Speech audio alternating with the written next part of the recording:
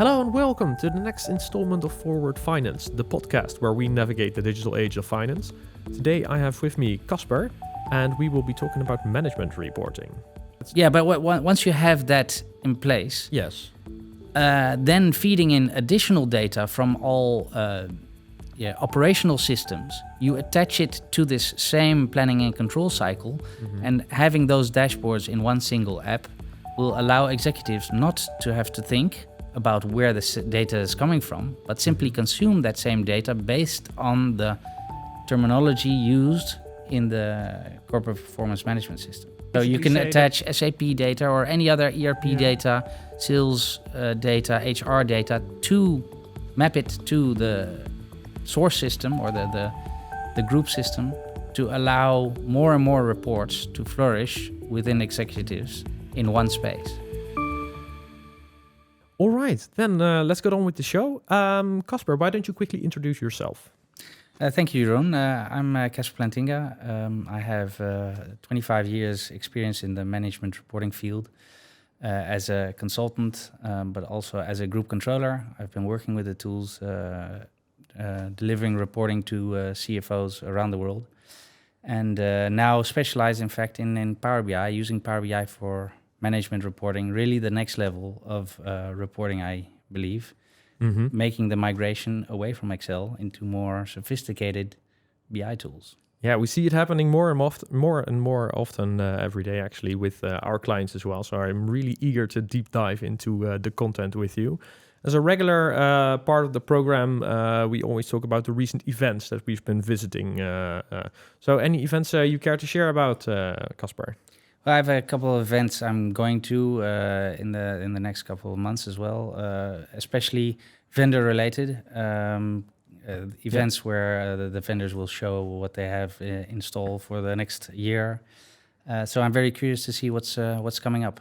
Oh yes, definitely. I can imagine. So for the viewers that haven't been introduced yet to Casper's specific work, so he works often with EPM solutions and pulling them towards Power BI in order to gain insights in the management reporting processes. So for myself, I've actually recently visited the Future of Corporate Reporting. I thought it was a very interesting event. We learned a lot of things about the financial reporting, but also sustainability aspect. It's a topic that's on a lot of people's minds. So it's and basically I think as of recently it's becoming more and more of a topic which is also related to management reporting, in my opinion, the sustainability reporting, because it's becoming more and more of an integral part of the business process, of course. So I would really like to deep dive with you on the various aspects of the management reporting process. But I think it is important to distinguish before we start, like, what is management reporting in your view? Because every time when I come at a different company, the definition of management reporting is different. So from your perspective, what is management reporting? As you mentioned, Jeroen, management reporting is really a really broad topic, but ultimately it narrows down to those few executive management reports which roll out of your reporting process. But underlying these executive management reports, there's a huge scale of all different kind of reports which are being created, either in PowerPoint, Excel, or whatever kind of other documents. Some companies use Word. Yeah. But there's also a lot of analytics going on to deliver all these management reports. And I believe this whole suite, all these reports which are collected to gain insights, make actionable reporting possible, is, in my understanding, management reporting. Yeah, I can see where you're coming from. So basically, at my own customers, I see a push and a pull effect in the management reporting process. So a lot of more old-fashioned companies are leaning towards the push model, where they create various reports. We have one customer who has a Word document of 80 pages, and they call that the board pack. So I always imagine that their board has a lot of time to go over these 80 pages of board packs. That's push. I'm pushing data towards the board, and they can do whatever they want with it. But nowadays, I see more and more companies shifting more towards the pull side of things, where they have like a interactable profit and loss statement, where they can drill down and get the data that they want for themselves in order to make proper decision and steering decisions. Is that what you see as well in your day-to-day job? Yes, we definitely see that. However, I believe it's not as easily identifiable as you're mentioning, because at every stage someone wants information fast, and the information can be fast if you just go to page 79 and you know the P&L is there, or you click on a button to open it up. So it's a combination of the two which make it possible, because every executive working with a dashboard will also be different. Some prefer to go to a specific page, and some people want to use the dynamicity of the report. So providing both in the same board pack will give you the solution for everybody. Yeah, I can see where you're coming from. So basically, you're giving the information needs towards whatever people are requesting. But I can imagine that still creating the processes around these type of board packs can be quite daunting and quite labor intensive, I guess. There will be a component of labor in that process, but it's all about structure. If you have all your structures properly documented in your EPM systems, then you can use them in your reports. If you have them, like in a lot of current processes, in all kind of Excel sheets, and you have a change in the top sheet P&L, you can edit all your reports flying around the company, which creates a lot of labor. So if you organize your process efficiently using your EPM systems to define all your dimensions, then you can actually can have a quite lean process for your management reporting. Oh, yes, I can imagine. So basically you have to build upon automation and use it in a smart and efficient way. So I think that's a good place to start. Specifically at management report, what are the things that you hear your customers say, and where you go, that's going to be interesting? Well, what's always funny is that, finance data acts a lot different than typical products or sales data, which you'll find a lot in BI. Finance data is a lot more complex because you have the different nature of accounts, right? Balance sheet accounts, P&L accounts, all kind of time intelligence, which you might not necessarily have in normal product roll-ups. Your year-to-dates, your year-to-goes, your cumulative average growth rates, all these kind of calculations typically for finance, right? Percentage deviations should be presented in percentage points rather than a delta in percentages, which doesn't make sense. Yeah. So all finance people know these things, and they can manage them properly in Excel. However, bringing that to BI creates additional challenges. So even though it's a small component of the whole thing, the fact that you visualize everything perfectly in a finance way is, I think, a very important aspect of the management reporting in BI. Yeah, I think it requires a specific... So you need to be understanding the data that you're working with. So usually when you're working with IT or something, sometimes silly mistakes are made. I remember one of the anecdotes that I have with one of your consultants, actually, is that there were percentages that were gathered on an entity level. And when they started the group reporting process, they just added up the percentages coming over 100%. It's like, guys, that's not how it works, right? You have to know what kind of data you're reporting on. So that's easily circumventable. But at the same time, people need to understand the data that they're working with. Otherwise, they're just going to be reporting rubbish, right? Exactly, yeah. Yeah. So when I'm talking to my customers at the start of a project, for example, they mention, okay, we want the statutory reporting, but we are also very keen on reporting for the management. Can you help us with that? Every time I hear a question like that, it's like, okay, this is there's so many questions behind this particular question. So how do you guys define your management reporting, for example? Is that basically you pick up your profit and loss statements and report it over cost centers, or are you actually going into the business and gathering data from the operating departments? How do you see that, Casper?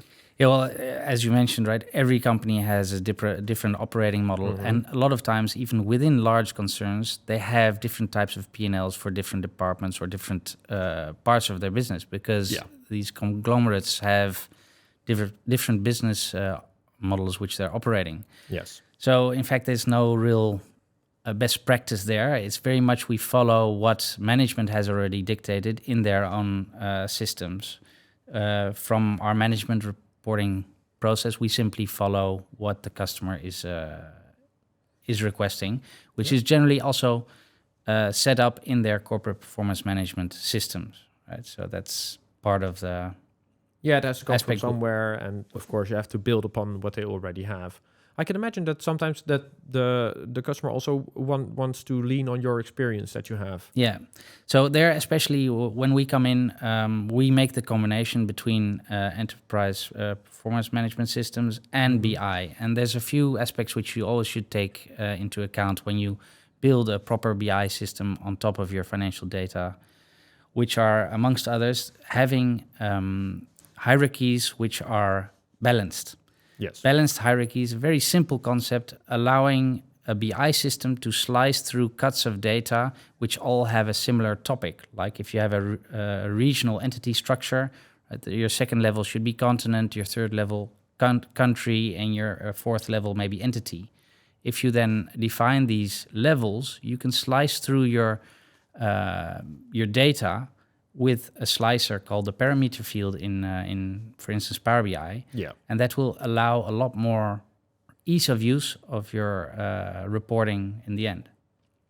Yeah, so I can imagine. So if you have these out of balance hierarchies, as you can call them, sometimes you're comparing countries with whole continents, and of course that's not going to make any sense from a management reporting perspective. So you're saying basically there's always a bit of work before you can actually start pumping over the data from a APM solution into a BI solution, right? Yes, there will always be work, but it's manageable because what we generally do is we set up sometimes specific hierarchies for BI, so we don't hurt the current operational reporting, right? Or data entry reports or any other reports which have been developed on the system itself. So we have different BI or hierarchies, but we also generally also have different calculations for management reporting. So we generally only need the top sheet of the P&L, and all the drillability will be embedded in the report itself. But the top sheet, including, for instance, your margin calculations exactly below your EBIT or gross margin, wherever you want to have them, to have it presented exactly like you want it, you want to define that in your EPM solution as well. Yeah, basically you gotta have one version of the truth, right? It has to be administered in a certain center, and then you can export it towards other departments. Is that what you mean? Yeah, but also that generally the EPM solutions are built for data collection, not necessarily for management reporting.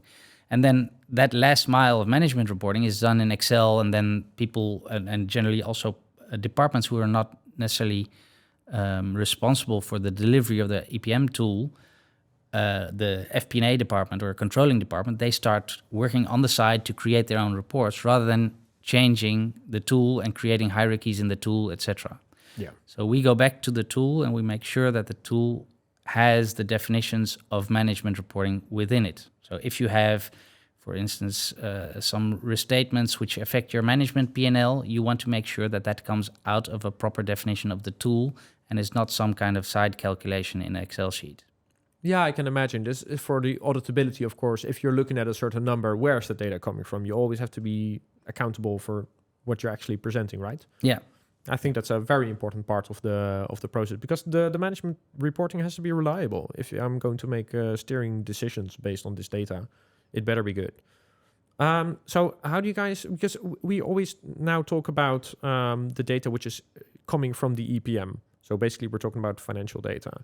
I can imagine that in a lot of management reporting needs, we also talk about non-financial data, operational data. How do you go about that in your experience?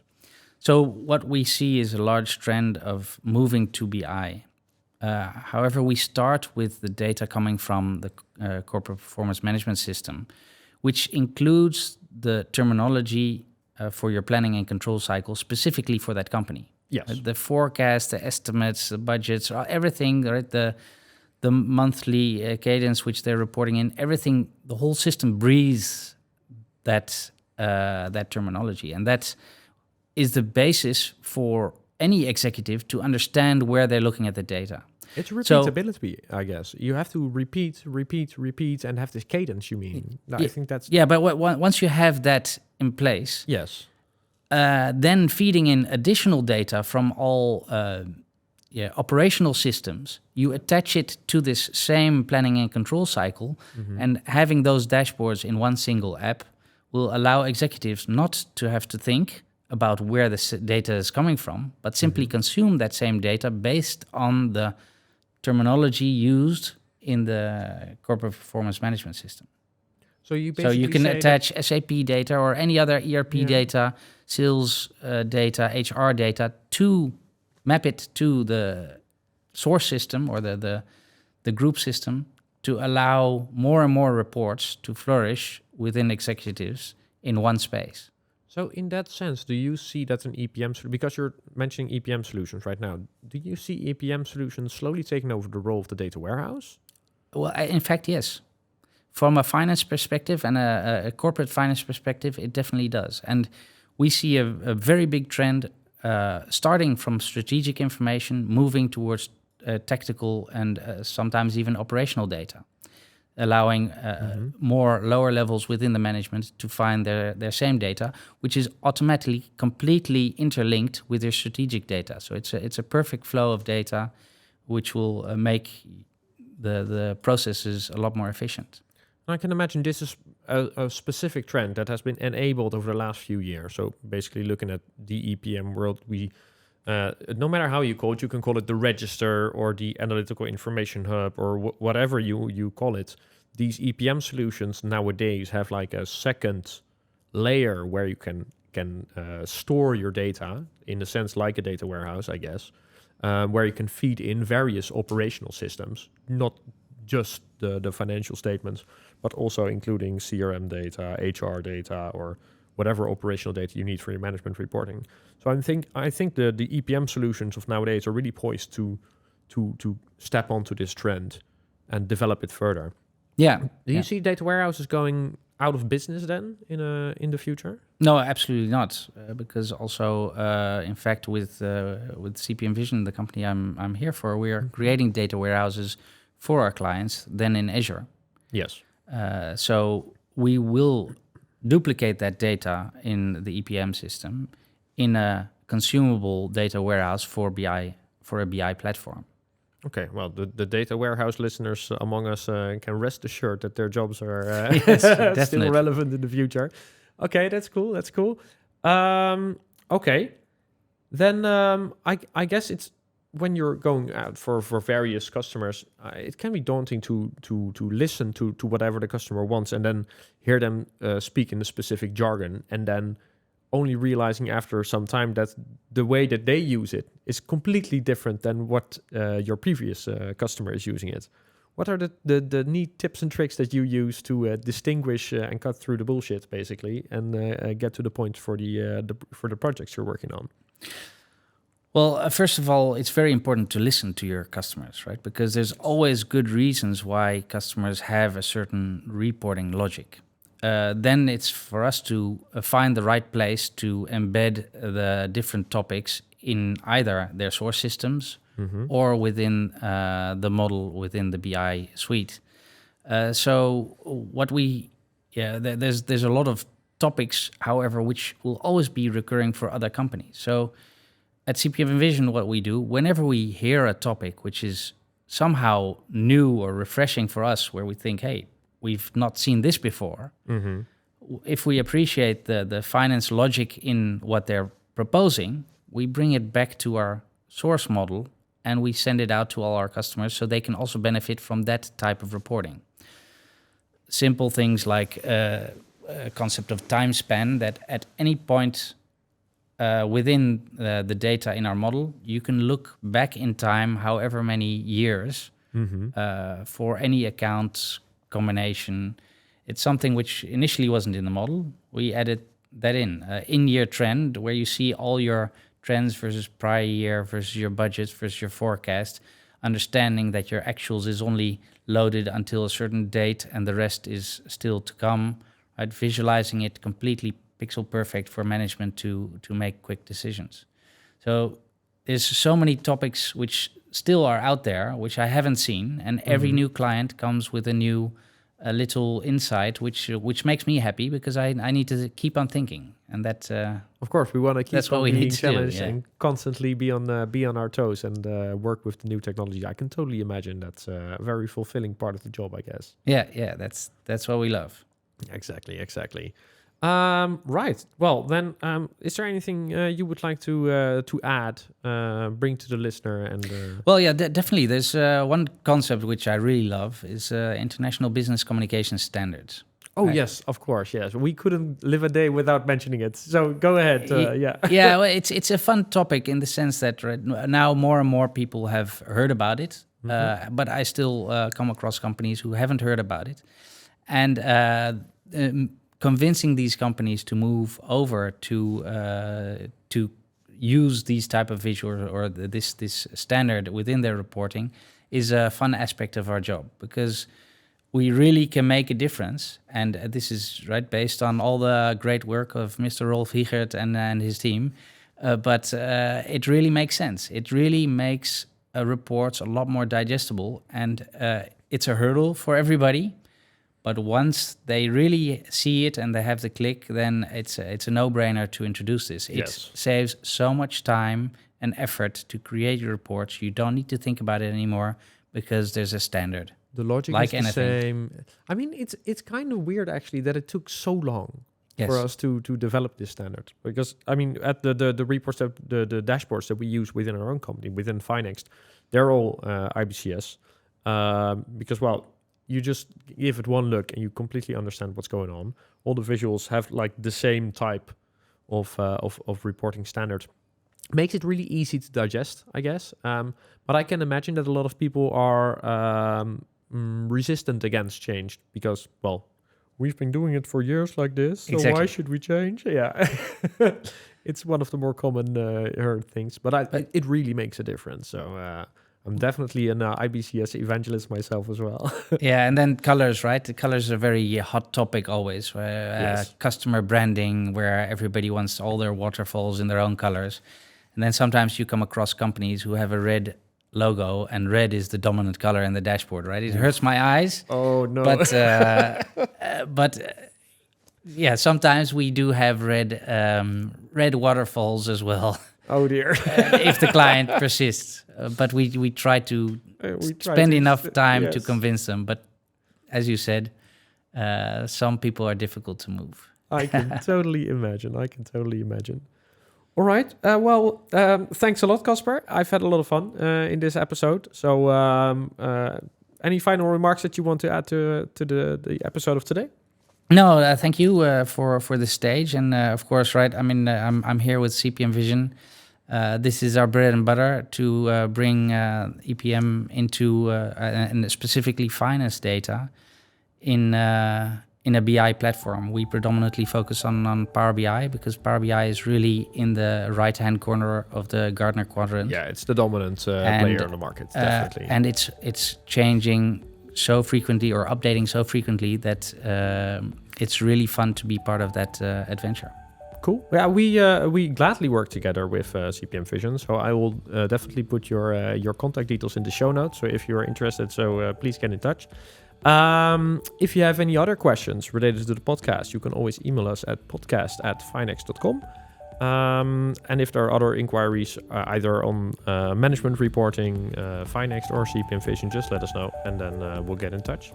Then thank you very much, Casper, for your attendance today, and thank you very much for listening in, and then we'll see each other in the next episode.